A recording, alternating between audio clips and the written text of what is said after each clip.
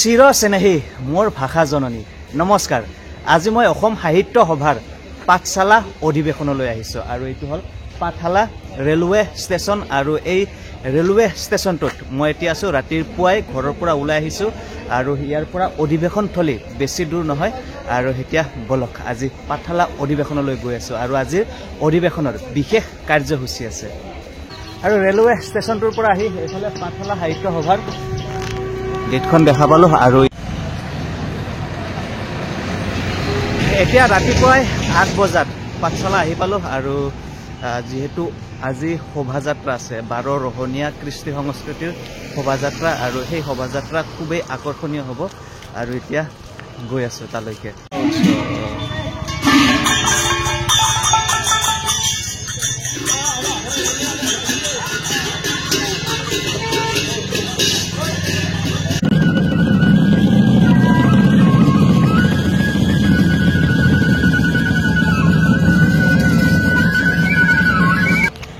আৰু এতিয়া আহি পাই গ'লোঁ ভট্টদেৱ বিশ্ববিদ্যালয় বজালী জিলাত।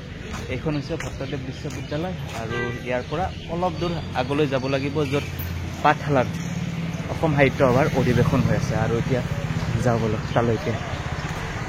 এইখিনি জেগা মই খোজকাঢ়িয়ে আহিছোঁ কাৰণ খোজকাঢ়ি আহিলে ঠাইখিনি ভালকৈ দেখিবলৈ পোৱা যায় ক'ত কি আছে আৰু যদি গাড়ীৰে আহে ঠাইখিনি চোৱাত তেনেকৈ মানে সুবিধাটো নহয়, সেইকাৰণে খোজকাঢ়িয়ে গৈ আছোঁ। আৰু এইফালে আক্ৰাচুৰ ফালৰ পৰা আদৰণি জনাইছে বৰাইলুং বুলি, চাওক ইমান ধুনীয়াকৈ।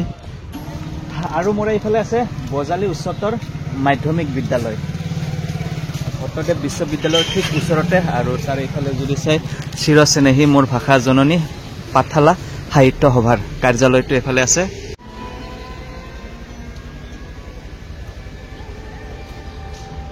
আৰু এইফালে পুৰা বাঁহ বেতেৰে ধাৰিৰে গেটখন বনাই আছে আৰু গেটখন কিন্তু চাবলৈ খুবেই ধুনীয়া লাগিছে। এফালে বাঁহ বেত ধাৰিৰে ধুনীয়াকৈ বনাইছে গেটখন।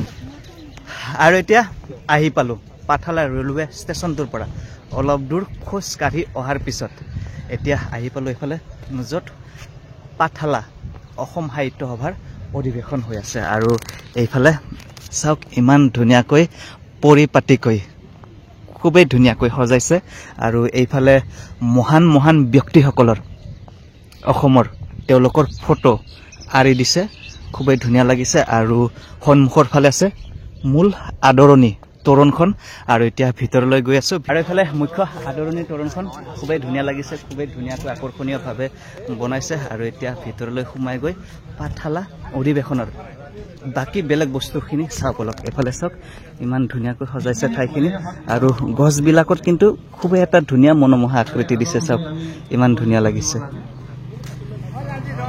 আৰু চাওক ঠাইখিনি মুঠতে ইমান ধুনীয়াকৈ সজাইছে আৰু এইফালে মুখ্য আদৰণি তোৰণটো তেনেকৈ পাৰ হৈ আহি এইফালে বিনন্দীয়া পৰিৱেশৰ মাজেৰে ভিতৰলৈ আগুৱাই গৈ আছোঁ। আৰু এইফালে যদি চাই এইফালে বীৰ শ্বহীদসকলৰ প্ৰতিমূৰ্তি, এইফালে আছে অবক্ষ মূৰ্তি আৰু এইফালে পতাকা বেদী, এইফালে পতাকা বেদী চাওক ইমান ধুনীয়া হৈ আছে। পতাকা বেদীৰে অসম সাহিত্য সভাৰ পতাকা তাত উৰি আছে আৰু পৰিসৰটো খুবেই ডাঙৰ, খুবেই বিশাল আৰু ইমান বিশাল পৰিসৰটো ঘূৰিবলৈ বহুতেই সময় লাগিব আৰু গতিকে এতিয়া প্ৰথমে নামঘৰটো তাত গৈ দৰ্শন কৰি আহোঁ। আৰু চাওক কিমান মানুহ ইতিমধ্যে আহি আছে আৰু এইফালে যদি চাই এইটো হৈছে নামঘৰ আৰু নামঘৰত ইতিমধ্যে প্ৰাৰ্থনা চলি আছে।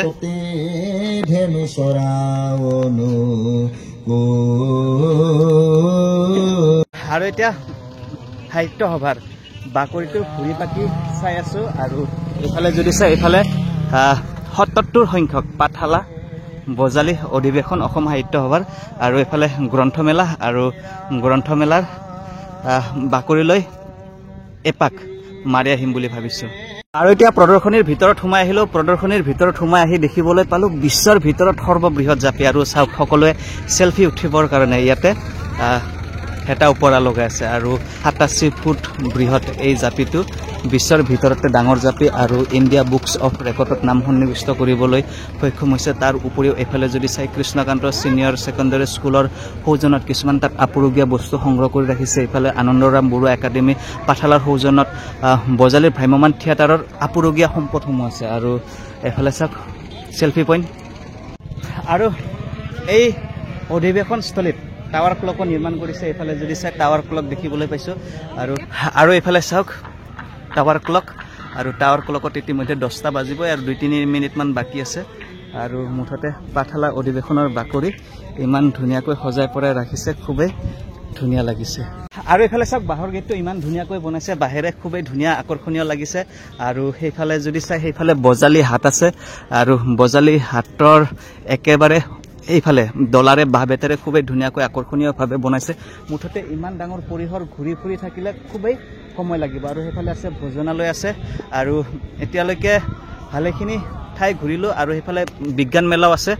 আৰু আজিৰ ভিডিঅ'টো এইখিনিৰ মুহূৰ্তৰ ভিডিঅ'টো ইমানতে সমাপ্ত কৰিছোঁ। আৰু বেছিকৈ বনাই থাকিলে ভিডিঅ'টো খুবেই দীঘলীয়া হ'ব।